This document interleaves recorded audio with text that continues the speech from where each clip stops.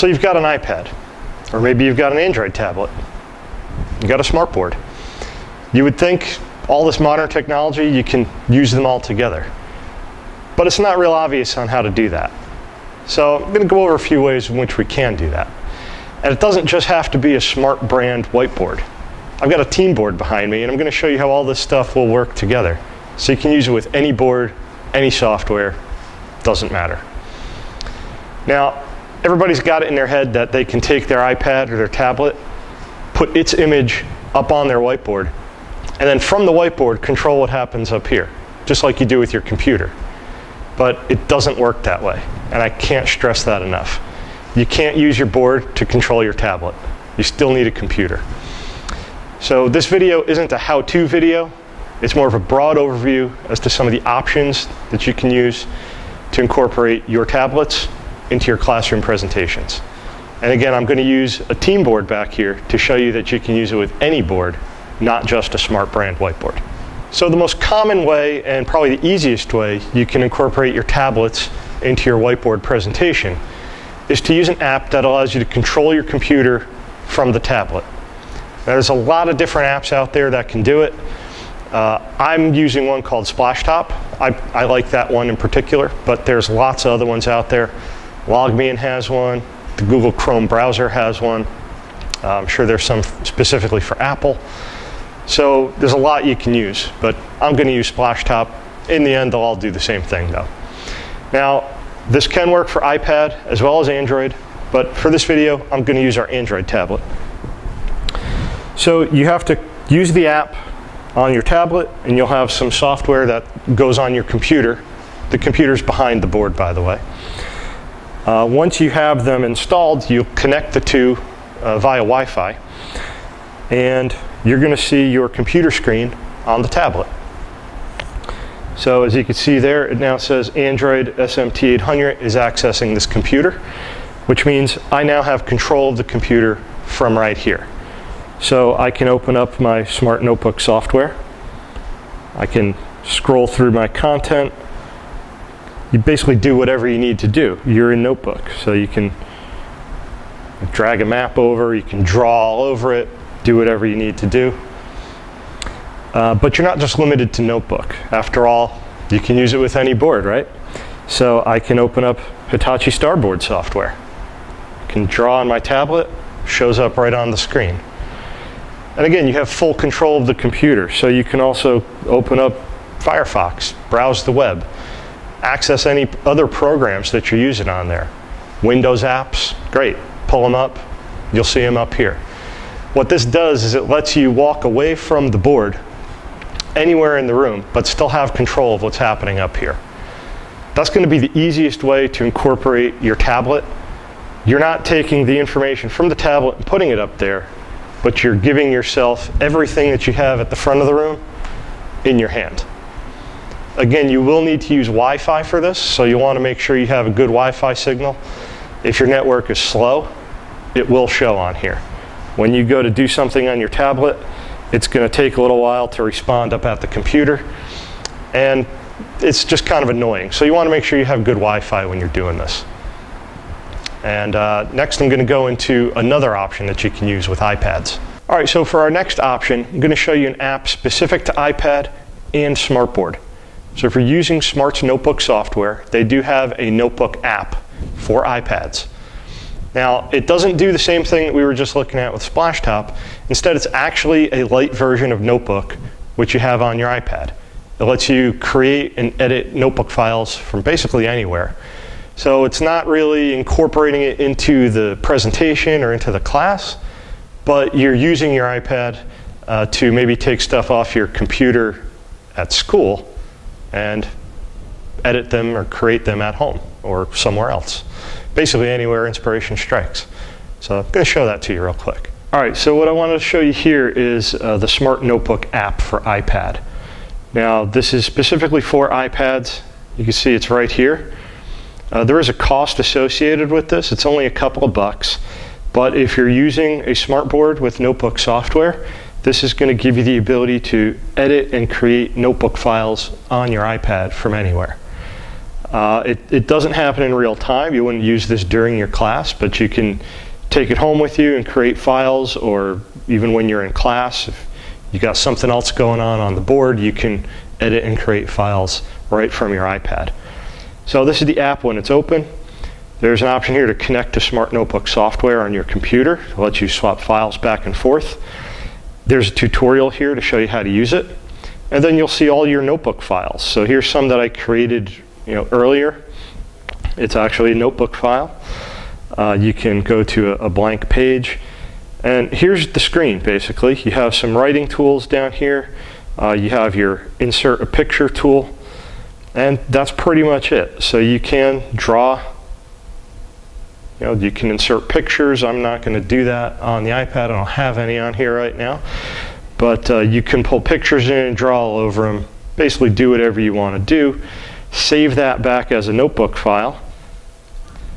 So you see there it is now. And then you can connect to Smart Notebook and put them back on your computer to use later on. Again, this is only for iPad and it's only for Smart Notebook.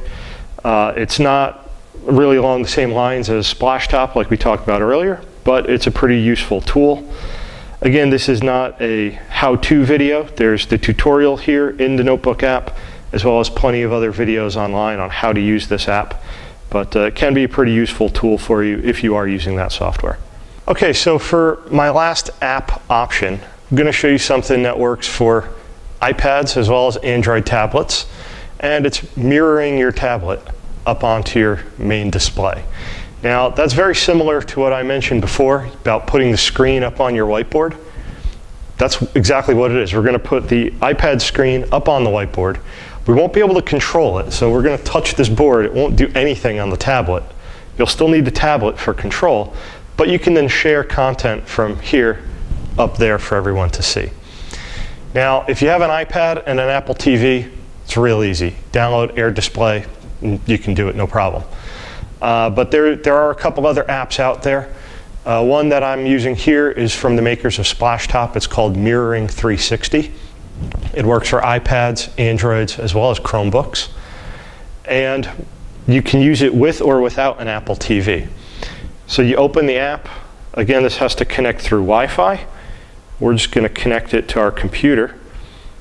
And now, here you go. We're mirroring the iPad right there on our computer, which is then showing it on our whiteboard. As you can see, you can change it from portrait to landscape. And you can make the screen bigger. You can go full screen. But if you hold it in a portrait orientation, it's going to go back that way. So if we go to our home screen on the iPad, there you have it. That's our live home screen from my iPad. Now we can open up any apps from here. I can open up the Notebook app that I showed you earlier.